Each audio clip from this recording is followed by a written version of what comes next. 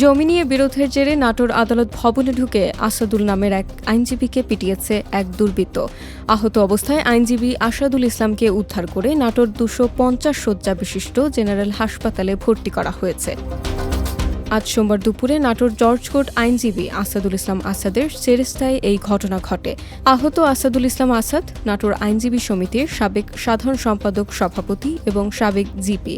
Police ও প্রত্যক্ষদর্শীরা জানান, সিংড়া উপজেলার চামারি ইউনিয়নের মহিষমারি এলাকায় একটি জমি নিয়ে কাবিল উদ্দিন নামের একজনের সাথে বিরোধ চলছিল আইনজীবী আসাদুল ইসলামের।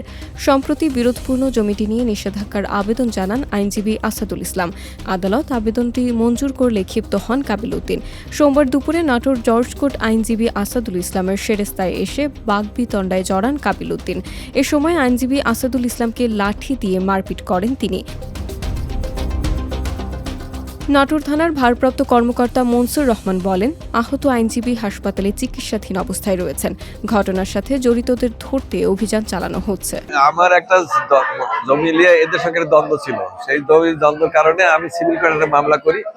মামলাতে ইনজাংশন অর্ডার হয় এর বিরুদ্ধে আর বাপের বিরুদ্ধে। আমার ধারণা এই ইনজাংশন আদেশ হওয়ার কারণেই তা আমাকে হত্যা করার উদ্দেশ্যে আসে এবং এসে আমাকে প্রথম মাথাতে 3টা বাড়ি মারে লাঠি দিয়ে। আমি হাত দিয়ে ছেড়ার চেষ্টা করলাম, আবার ডান হাতে 2 দাঁত ফ্র্যাকচার হয়ে গেছে, আঙুল ভেঙে গেছে। সিভিল পুলিশ সহ থানা পুলিশ গিয়ে তাকে উদ্ধার করে নিয়ে এসে প্রাথমিক চিকিৎসা দেওয়া হয়। চিকিৎসা দিয়ে পরবর্তী তাকে উদ্ধারপূর্বক থানায় আনা হয়। অভিযোগ প্রাপ্তি সাপেক্ষে আইনগত ব্যবস্থা নেওয়া হয়।